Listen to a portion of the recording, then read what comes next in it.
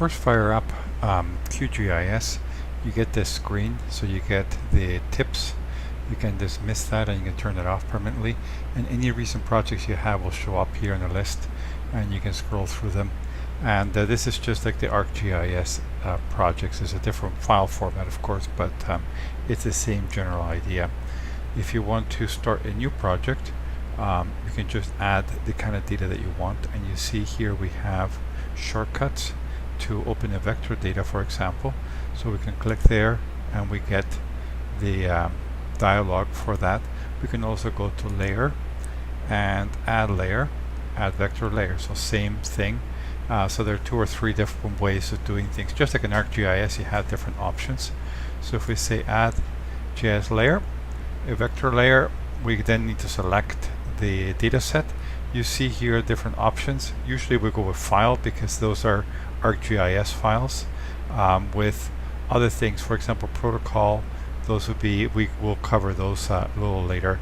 And databases, same story.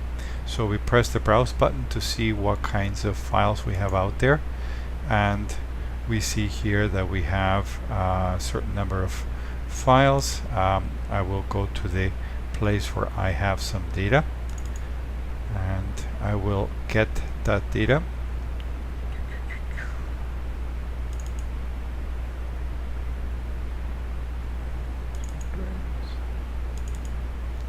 And then I just scroll over to where my local geography 2014 shapefile is. I say open it, and then I press the open button, and there it is. If I use the identify button, I see here on the left hand side the information from each of these areas, just like with ArcGIS. And now this map looks rather awkward, so you can go and change the way that this is projected. So you go to project properties, and there you can set the Alberta 10 TM forest. In order to do that, you have to first click enable on the fly CRS transformation, and then that's available. This is a shortcut showing some of the things that you've done before.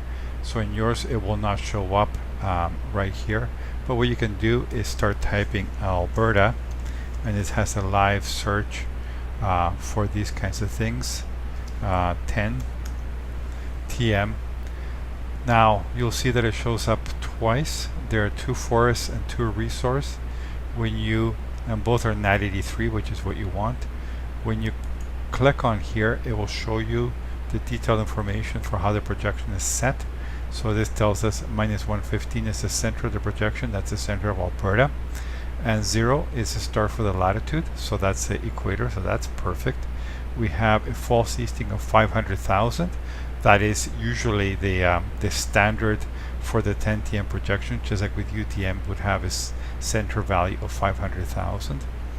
And then we see here that as we click on both of these, they have exact same settings, so no worries. And there we can see that the forest and the resource are different, especially the 500,000 component. So I usually just choose the one of those 2. I usually use one that has CRS in it, so this is the one that I have selected before, and I press apply, and you can see in the background the map now looks like it should. So this is the way you add a layer, and now we see this information here, and we can go and now save the project, save as, and we can say QGIS local geography, for example, and you can give it whatever name you want, of course. And there we've saved it. So now next time we come in, we can come in and we can grab this project, and it will already have this setting. Now we haven't done much, so it's not worth saving just for this little bit, but we can, as we go along, we can say save as we go along and add some more information.